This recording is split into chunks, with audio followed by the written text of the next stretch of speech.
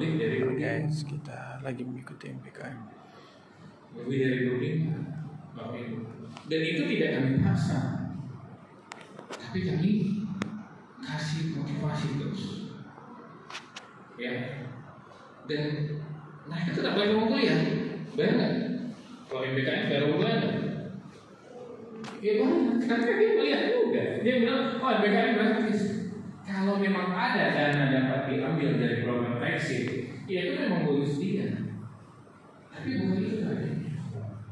Tapi memenuhi capaian pembelajaran, capaian mata kuliah. Makanya bagaimana proses pengambilan kredit di mata kuliah ini harus ada juga peraturan dari syarat dan titik, itu tidak penting.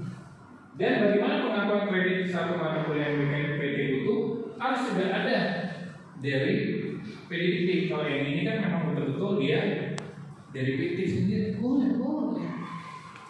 Tergantung mitra mana yang cocok dan kualifikasi mahasiswanya cocok nggak gitu. Jangan juga yang nggak cocok masuk. Terakhir nanti dia buat kopi, buat teh. Itu kan udah cocok dia. Nah, ini yang harus kita pahami, Bapak Ibu sekalian, ya. CPL itu ada pengetahuan, keterampilan khusus. CPL prodi kurikulumnya itu ada sikap, keterampilan umum, pengetahuan, keterampilan khusus, pasti ada. Nah, disinilah kita bentuk pengakuannya itu bagaimana. Nah, kita lihat bagaimana pre-promnya, atau dia hybrid, atau dia structure yang memang sudah sikapnya bagaimana, keterampilan, bagaimana pengetahuan, bagaimana yang memang sudah kita default, atau hybrid yang bisa kita ada dari CPL, ada dari CPMK gitu, atau pre-prom dalam artian gini, Bapak Ibu, misalnya dia sebenarnya sudah ada lagi mata kuliah, tinggal tugas akhir, tapi lulus dan PKN. Kan macam mana konversinya? Ya kita buat pre-prom aja atau SKPI kan? Nah, intinya dia bisa mencapai kalau pre-prom itu MBKM itu misalnya BSD kampus mengajar, bisa juga soft skill, hard skill di mana dia mau mengikuti MBKM. Kalau hybrid bisa mata kuliah program studi, soft skill, hard skill, atau juga structure dengan mata kuliah program studi dan semua terlapor di PDDT. Bukti bahwa dia itu nyata. Nah seperti itu. Jadi tidak ada ruginya. Ada mahasiswa kita, ya, dia tetap ikut MBKM diperpanjang, tapi nggak kita bisa konversi apa, karena tinggal skripsi aja. Tamat skripsinya, dia wisuda selesai, tidak ada konversi, tapi SKPD dia kan enggak. Pengakuannya enggak, kan lumayan. Tamat dia wisuda, nggak nganggur dia. Bahkan sampai Pelindo bilang, tanya mana ya, tahan ya 1,5 tahun dulu. Pokoknya 4 juta ditambah per bulan, karena dia lulus PKWP. Siapa yang nggak mau mahasiswa kita? Dan mereka ada itu mahasiswa kita di Pegadaian. Mereka itu udah selesai dari Pegadaian, udah selesai Bapak Ibu. Di semester 8 itu mereka udah selesai, nggak ada lagi. Terakhir bingung Pegadaian, kita butuh 2 orang lagi. Kenapa kita juga ada 2 orang lagi nih? Karena 2 orang lagi itu udah mutasi. Takut mereka ini gimana caranya? Baru lihat scoring mahasiswa dari magang itu di Pegadaian. Ternyata 2 mahasiswa kita skor tertinggi. Ditelepon. Dan kapan siap wisuda? Belum wisuda Pak. Kami baru 11 Agustus siap sidang. Hari ini kan sidang, besoknya ke Pegadaian bawa lamaran, interview, langsung main kerja. Dan udah diterima. Dasarnya apa? Magang sebelumnya dia bagus. Terus ada satu lagi tuh, Pak, dia belum isi kuliah lagi Pak, dia belum mengikuti MBKM, dia udah cukup sekalian dia katanya. Tamat dia kesini ya, gitu. Dicari Bu, dicari mereka. Jadi kita itu terkadang alumni kita pun sombong juga kadang. Oh itu juga kerjanya enggak lama. Bingung ya. Kalau memang itu kenapa? Karena dia udah pernah merasakan MBKM itu. Jadi dia akan mengenai level yang mau kerja. Dia tahu level dia itu tinggi gitu. Mahasiswa kita semester 3 Bapak Ibu. itu udah tahu membuat CP itu berbasis input proses output. Itu kita arahkan Bapak Ibu.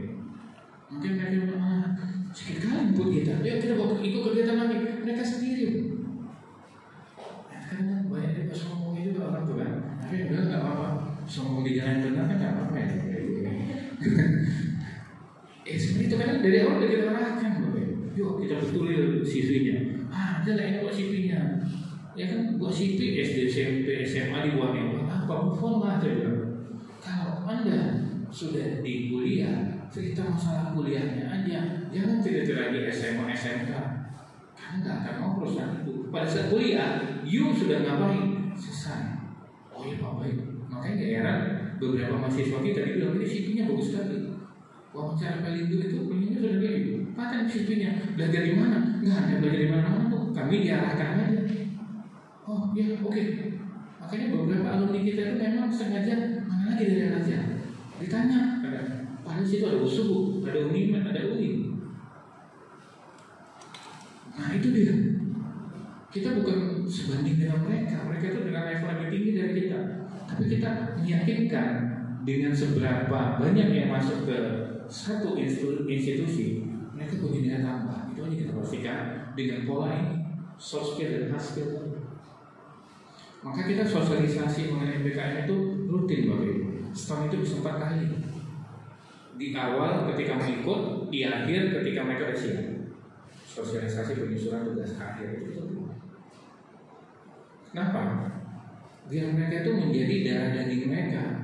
MBKM bukan untuk main-main, bukan untuk dapat uang, bukan untuk dapat jodoh.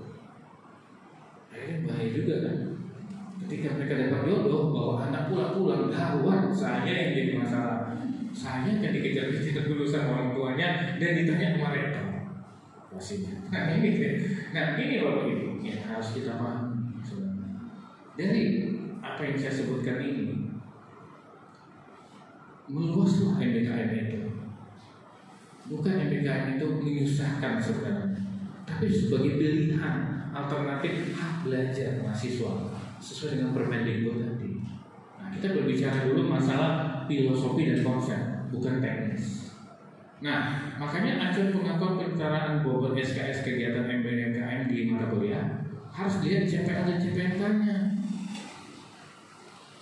Kesesuaian waktu kegiatan MBKM dengan SKS. Sebagai contoh misalnya, Bapak Ibu, dosen di sini rajin nggak buat LPS? Rajin. Rutin Pak. Berarti udah nampak di situ ini. CPL-nya sesuai nggak dengan? Nah, PC, PT, jangan lari. Jangan pula nanti dia mengajar A, B, C, D, nggak ada satupun mendukung kepada visi misi dan standar nasional. Sehingga kompetensi lulusannya mau jadi apa bingung. Ibu ngasih mata kuliah apa? Contoh satu.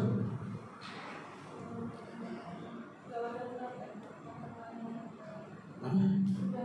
Dan kegawat dan ya mata kuliah. Tapi kalau nggak kalian nggak tercapai. Sebelum mata kuliah ibu ya, kegawat dan kegiatan gitu ya. Berarti memang untuk kuliah gawat gitu ya.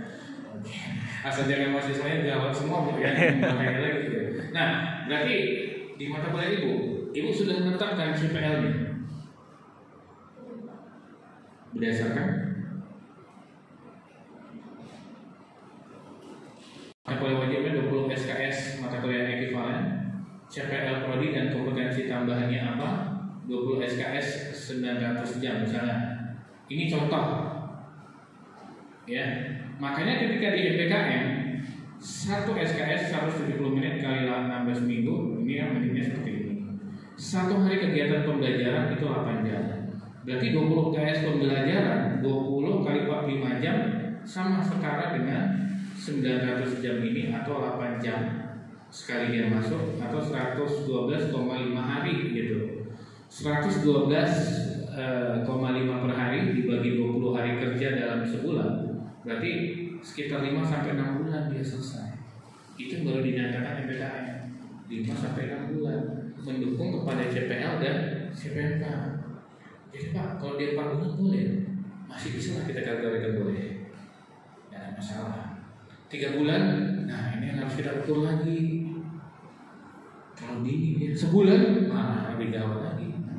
Masa sebulan dia MBKM nggak tercapai ini, nggak tercapai ini.